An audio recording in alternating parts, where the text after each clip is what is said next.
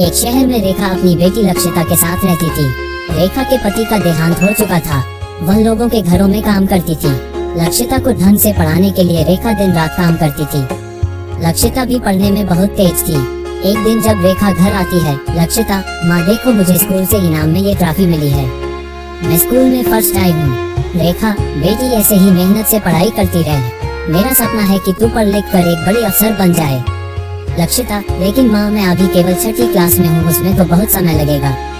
रेखा, कोई बात नहीं बेटा, मैं बहुत मेहनत करके तुझे पढ़ाऊंगी, तू चिंता मत कर, बस मन लगा कर पढ़। इसी तरह समय बीत रहा था। एक दिन रेखा अपने काम से वापस आ रही थी, तभी रास्ते में उसे एक लकड़ी का बक्सा पड़ा दिखा। पहले तो रेखा आगे बढ़ गई, लेकिन फिर उसने देखा कि उस बक्से में कुछ चमक रहा है। रेखा ने डरते डरते वह बक्सा खोला तो उसमें बहुत सारे सोने के जेवर थे। रेखा को अपनी आंखों पर विश्वास नहीं हुआ। वह इधर उधर देखने लगी, लेकिन वहाँ कोई नहीं था। रेखा बक्से को उठाकर घर ले आए।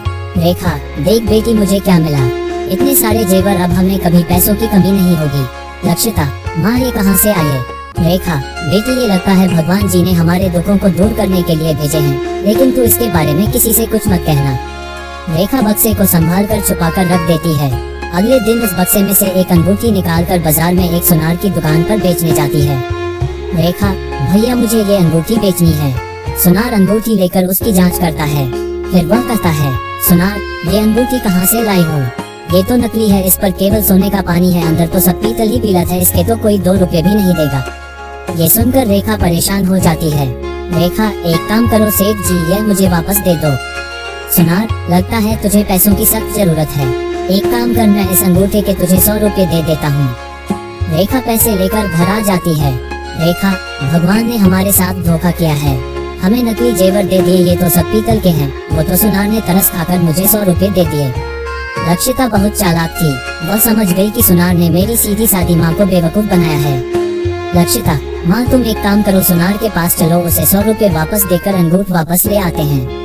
रेखा मना करती रही, लेकिन लक्षिता उसे लेकर सुनार की दुकान पर पहुँच गई। रेखा, सेठ जी वो अंगूठी मेरी सास की थी, वो अब झगड़ा कर रही है, आप अपने 100 रुपए ले लो और अंगूठी वापस कर दो। सुनार, अरे उस पीतल की अंगूठी का क्या करेगी, ये ले 100 रुपए और ले जा, मुझे तो अंगूठी की बनावट अच्छी लगी इसलिए रख ली, इसे देखकर मैं सोने की अंगूठी बनवा लूंगा। लक्षिता, नहीं सेठ जी, आप हमारी अंगूठी वापस कर दो, नहीं तो मेरी दादी यहीं आकर झगड़ा करेगी। सुनार बड़ी मुश्किल से अंगूठी वापस करता है। अंगूठी लेकर दोनों घर आ जाती हैं। रेखा अच्छे भले 200 रुपए दे रहा था, ले लेती, इस पीतल की अंगूठी का क्या करेंगे, कोई 2 रुपए भी नहीं देगा। लक्षिता, माँ आपको शायद पता नहीं है, वो सुनार हमें बेवकूफ बना रहा था, मुझे लगता है यह अंगूठी सोने की है, मैं इसे कल स्कूल ले जाऊंगी, हमारी साइंस लैब में इसका पता लग जाएगा, मैं अपनी मैडम से इसे चेक करवा लूंगी। अगले दिन लक्षिता खुशी खुशी घर आई। शाम को जब रेखा वापस आई तो लक्षिता ने उसे बताया, लक्षिता, माँ ये अंगूठी सोने की है, उस सुनार की नियत खराब हो गई थी, मेरी मैडम ने चेक करके बताया कि यह असली सोने की है और इसमें जरा भी मिलावट नहीं है। रेखा, लेकिन अब हम क्या करें, हमें तो कोई भी बेवकूफ बना देगा। लक्षिता, माँ इन गहनों को रखा रहने दो, जब मैं पढ़ लिख कर बड़ी हो जाऊंगी तब इन्हें बेचेंगे, तब तक इनकी कीमत भी बढ़ जाएगी और कोई हमें बेवकूफ भी नहीं बना पाएगा।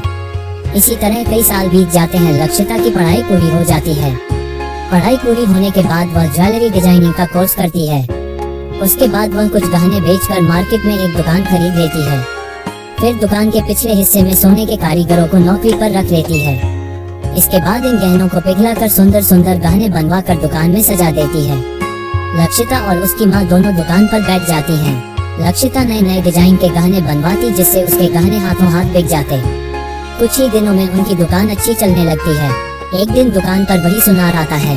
सुनार, बेटी क्या तुम मेरे लिए गहने डिजाइन कर दोगी?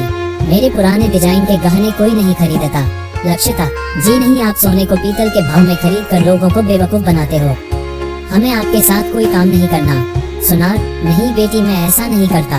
रेखा, सेठ जी आप भूल गए, एक बार मैं आपकी दुकान पर आई थी। फिर रेखा ने सारी बात बता दी। सुनार, बेटी मेरे से गलती हो गई, मुझे माफ कर दो, मेरा सारा धंधा चौपट हो गया। लक्षिता, नहीं आप चले जाइए। सुनार चुपचाप वापस चला जाता है। लक्षिता ने अपने काम को बहुत बढ़ा लिया। अब उसके शहर में कई शोरूम थे, जहाँ नए नए डिजाइन के गहने बिकते थे।